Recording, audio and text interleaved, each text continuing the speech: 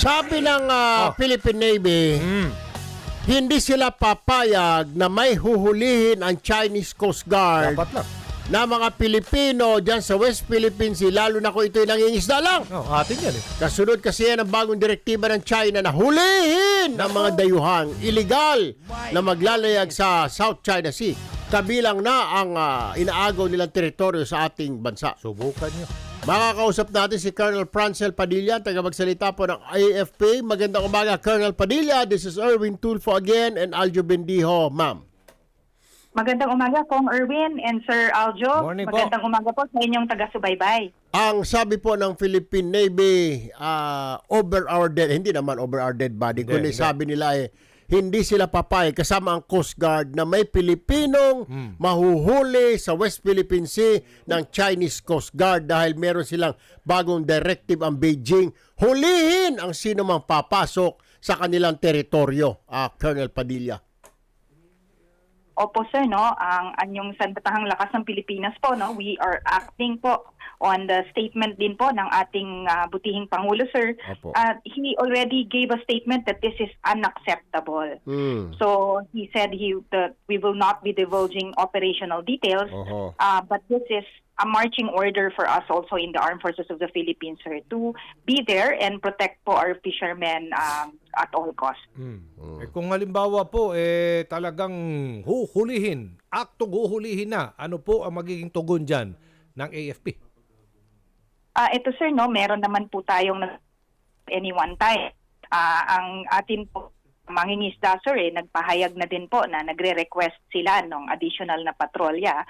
But we are informing po na talaga naman pong regular nating kinoconduct ito. And as we keep on saying, sir, we are supporting po the Philippine Coast Guard in law enforcement.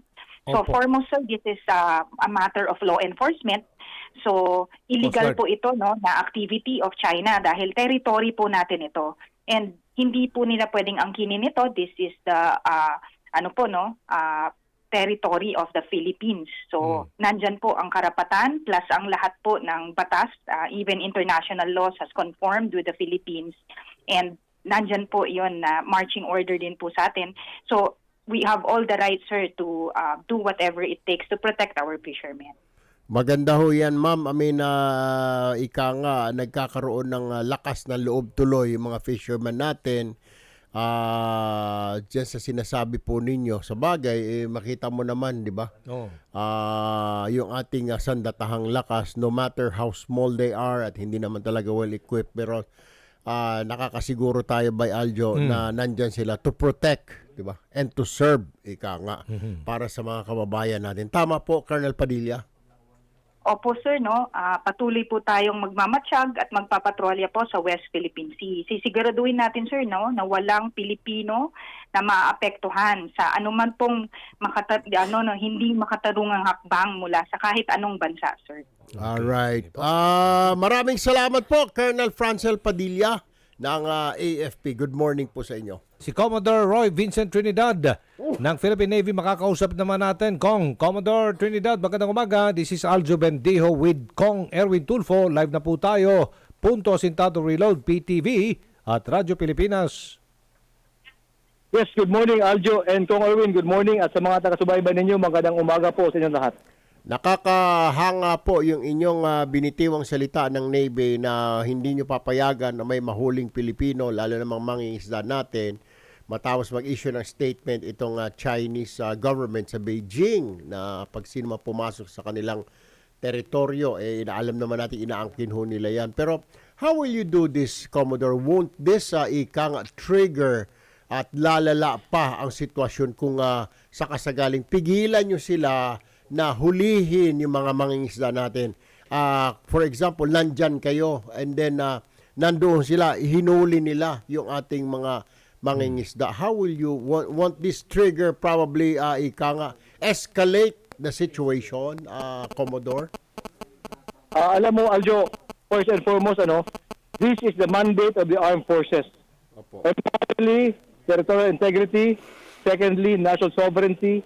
And the more important thing is the welfare of the Filipino. Sa mga tuwid, hindi po natin papayagan sino man ang bansa ang umapi sa Pilipino, lalong-lalo na sa ating teritoryo o sa ating EEZ. And there are a range of options and the Philippine Navy not to allow this to happen. Without going into details, maraming options, Aljo. Hindi naman kailangan kung saan sila malakas, doon tayo gagalaw. There will be trade-offs kung makita nila na sa kanyang vulnerability, pwede siyang tatamaan doon. And without going into details, I would like to say that as the SND mentioned this morning sa Philippine Navy anniversary, Opo. hindi natin papayagan yan sapagkat yan ay labag sa international law, yan ay labag sa domestic law, and most importantly, yan ay labag sa mandato ng AFP and Philippine Navy.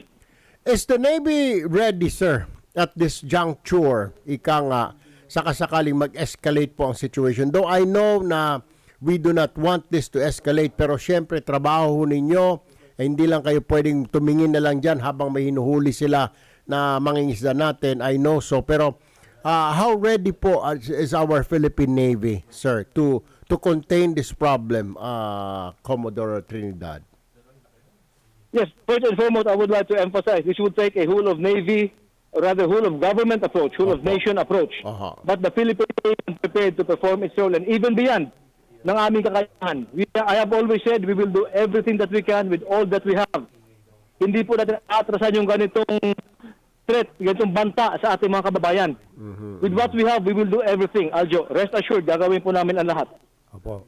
Maraming salamat po. With that, nakakataba po ng puso at yung moral, ika nga, yung nakakataas pa ng moral ng mga mangingisda po natin. Kasi they're so worried, mga fishermen sa Palawan, yun dyan po sa Zambales, they're all scared.